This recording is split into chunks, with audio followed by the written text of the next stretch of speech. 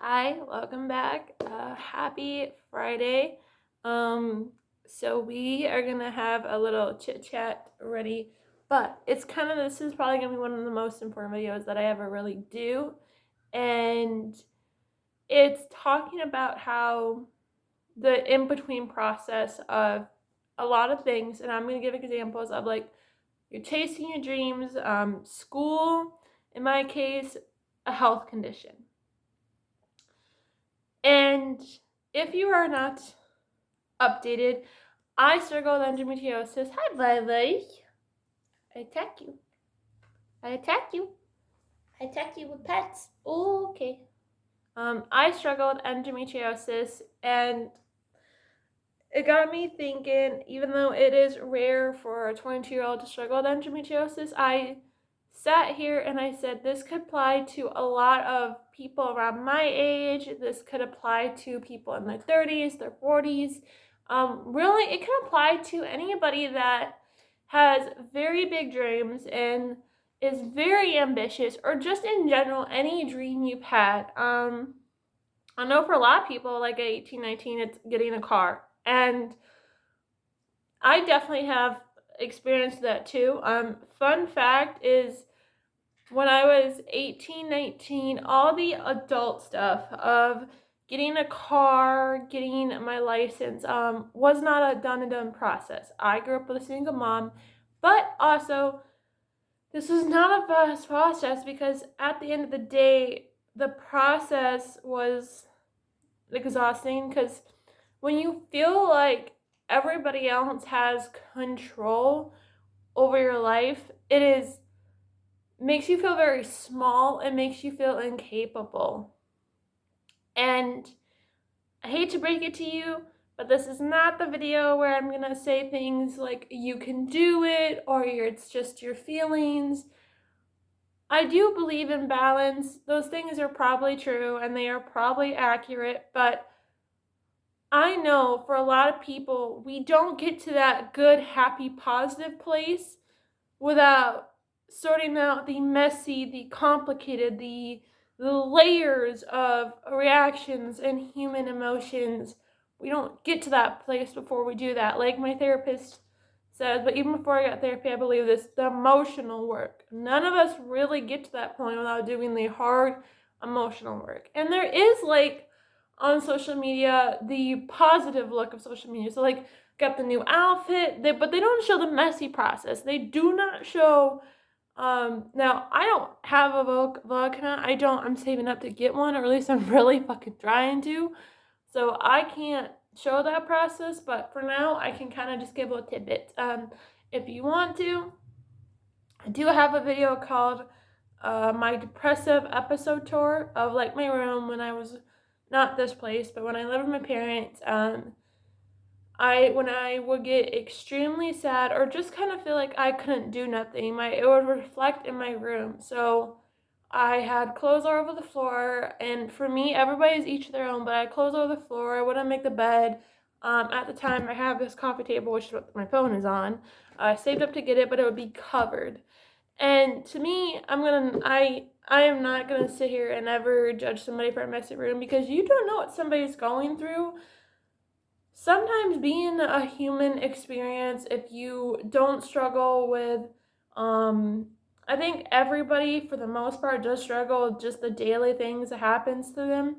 Some people don't, because if they're not in tune with their emotions, if they don't have an emotional radar, they're probably not going to feel that. But who knows, they probably do, but just not as intense as other people. So, 5 or 4 minutes of rambling ahead of time.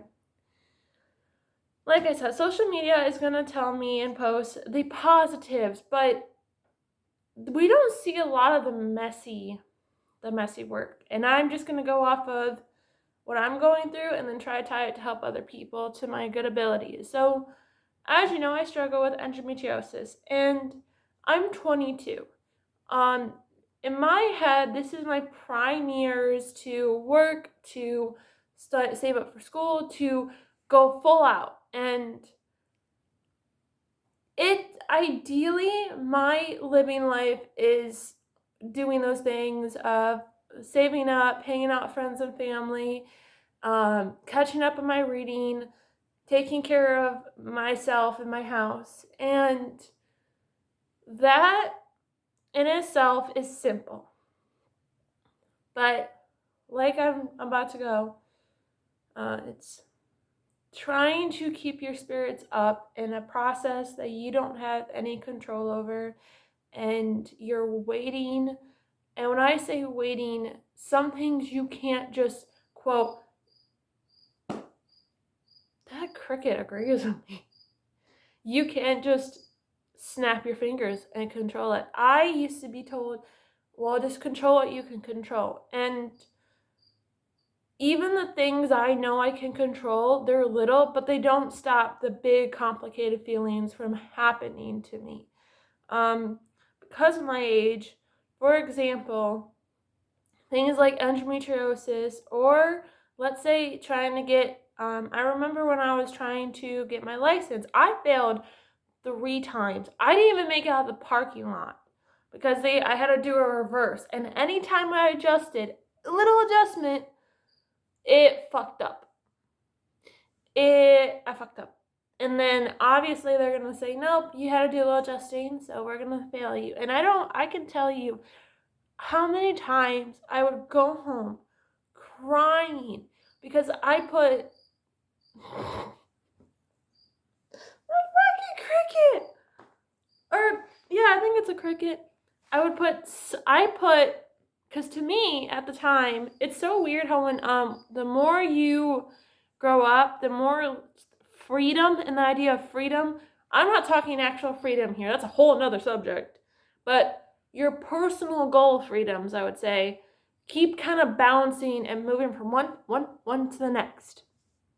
So at that time, I saw my freedom as driving, and I felt incredibly disappointed in myself and going home crying because I was so mad that despite me practicing, or even just like this idea of somebody else has control over this and I have to literally, I don't know when I could achieve it. That is so complex. And I would try and talk to my family or talk to the people I care about it. And a lot of times I do think people that love us and care about us will say things to fix it in that moment. So like they'll say, you'll get your driver's test, or they will eventually get the answer, or they're just doing their job. And to those people that love you and care about you, you can sit there and actually like be a little mad and upset. And at the same time, you can also recognize that, okay, yes, I recognize you guys are just trying to fix it in the moment, but sometimes there's so much complex feelings towards everything you're going through that you don't want something to be fixed in the moment. You want to talk through all these emotions that's going on, and you want somebody to be able to take what they've experienced and say, okay, I'm going to step outside of that, literally shove my foot into your shoe so I can kind of get where you're coming from here.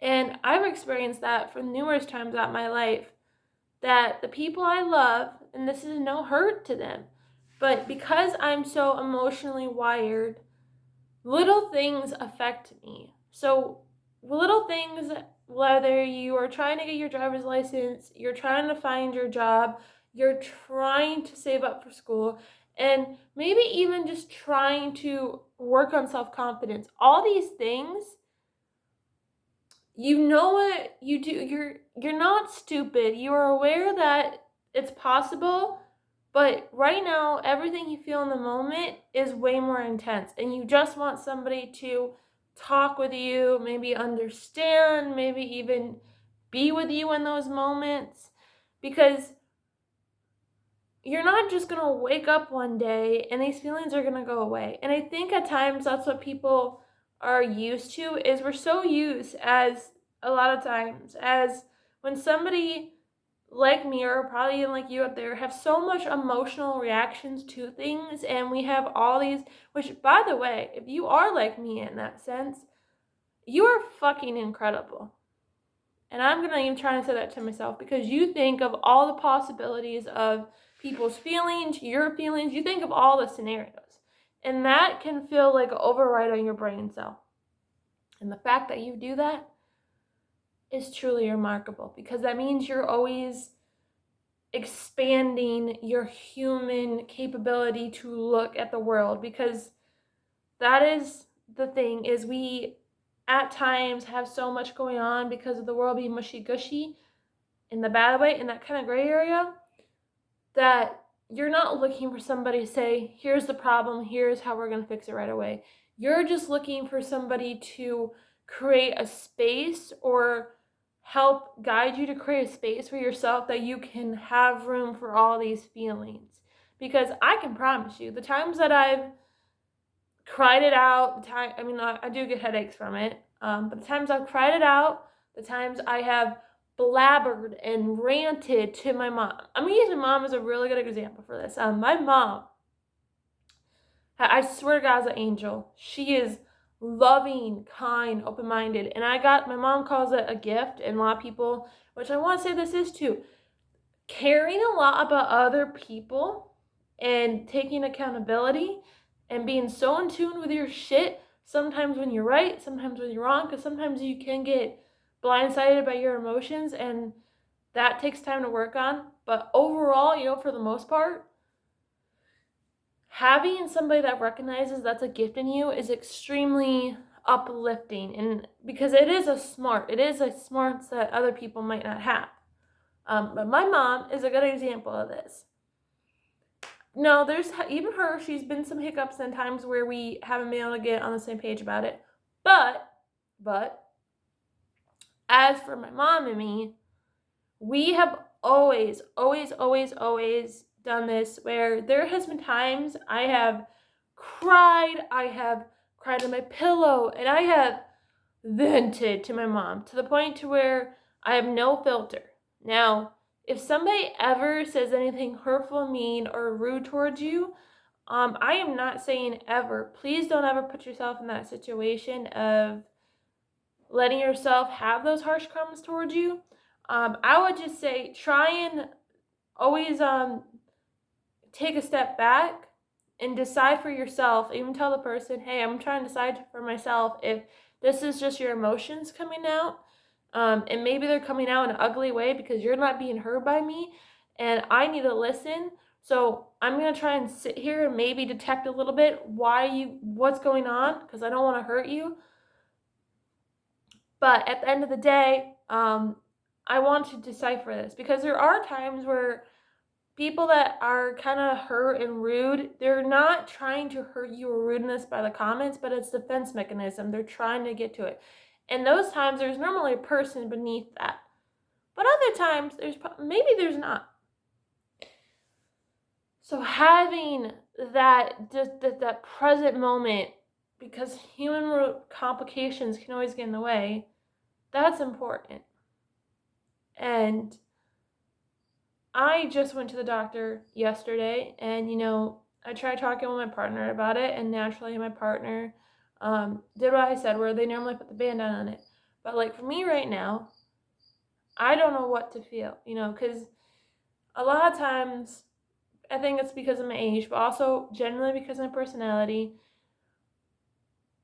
having comfortability and not having this uncomfortable pain and not knowing when my body is going to bleed and when it's going to ruin a moment, and when I'm going to have to say, hey, I'm not comfortable to even just sit with the people I love, because I have all this bleeding going on, and the medicines they put me on, they make me sick, nausea, tired, exhausted, and I don't feel like myself. That's the thing. Even somebody that's trying to be a music artist, when you are in this uncertain phase of just kind of waiting for an answer, waiting for it to kick speed, it beats your spirit down. It beats it down. I don't always think on purpose, but it beats it down, because it takes time, and that's where the kind of, I think sometimes where it beats you down, because you can't control that time. And it doesn't help if you see maybe on social media, maybe people around you, you might think, well, I'm kind of mad and upset at them, not because they're bad people, but because since you don't have that emotional space, and maybe you don't even have people around you that say, hey, this is a gift and I don't want to see you lose it, so talk to me. What do we got to do? What do we got to do to get you in this space of vulnerability and expressing? Because once all these emotions get expressed, it's good. And I do agree that like walking, maybe reading, maybe I have a punching bag personally. I have a punching bag. Those things in the moment can help, but let's come back to what I said earlier, where it's about that in process stage, where your dreams, maybe the thing that you think is going to make you happy, maybe even just that thing that's going to bring you back to a normal life, is not happening. And you're human, you're going to feel angry, sad, but not having the space for those and not having the environment around you for those, maybe that's why they come out in the ugly ways. It's not because you don't know what you're feeling, which I think some people also have a bad tendency of thinking that. It's not that you don't know what you're feeling, it's because you don't have this space. And I'm sorry, unless you are self-disciplined, trying to self-discipline those emotions and kind of cage them and suddenly stuff them down. I am with somebody that the little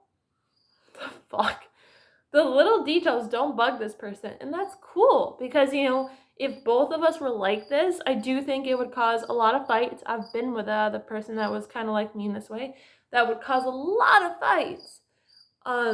So there is some relief in that. Ooh, okay. That cricket is stuck in the wall. This house that we got, there's like, I just yesterday had to clean mildew from the back door. It definitely needs some TLC. So hopefully, if I ever disappear, it's because the house murdered me with fucking crickets and chemicals. And it's not easy having to do a fix-up house. And that's the thing, like a house. So for me, this place is my, what you call, safe environment. When I lived with my parents, it was my room. But here, it's a hermit. I can lock away and not have to worry about anybody coming in that I don't want. I have the control of how I make this environment happen for me. And, when I'm home, that is the closest thing I have. And I wish other people would have that opportunity, and I'm going to try like how to figure that out. That's another thing, is if you're only doing the mental work, when you have that mixed gray thing come in, you're not going to feel your very best, because you're going to feel like you were doing all the mental work. You were doing all this, and you're not seeing the change. You're not seeing the growth. And if you take anything from this video in particular, it's to vocalize that what you see out in the world, and if you see people that don't let the little things bug them, and then if you see somebody normally being very, very happy and cheerful when they are in this, what you call the process stage, before that thing that they're trying really hard to work towards happens, remember they're human, and that could be a facade, that could be a fake bravado. And making sure we let every human emotion have room and have space, that's why I want this video to clarify, is do not feel like you are too much because you have these non-good emotions. And do not ever feel, if you think a lot about other emotions and how you think of all these possibilities, if nobody has ever said this to you, and nobody's ever, only a certain person says this to me, which I'm very grateful for. Hi! This is a gift, and like a gift, we're going to have to nurture it. We're going to have to work with it. We're going to have to maintain it. And maybe my videos are your environment for now, and that's okay. But just know you deserve an environment, and you deserve an environment to have every emotion be there, and to be able to have the control and take that. If anything, too, is You can't control the process, but you can control one, you definitely can control who gets to see the ugliness and who gets to see and come in your space. And you can't control if somebody doesn't understand all your complex emotions. But that doesn't mean they're not validated, and that doesn't mean they don't deserve a place or a person or somewhere to be taken care of and to be loved and to be nurtured. That is what I want to express in this video. Whoa! Also, happy spooky season! I'm not gonna grab it right now, but I got me a blanket I'm pretty excited for. And hope you like this video. I really, really do. And let me know if you want me to do more of these little chit chats. I'm probably gonna keep doing them. Oh, and if you guys, I stripped out this is my actual kind of natural hair. I did a color remover, and now I kind of have, it looks dark on camera, but I have this natural kind of light brown hair, and it's weird because I haven't seen my hair like this since I was like 13. And please take care of yourself. Goodbye!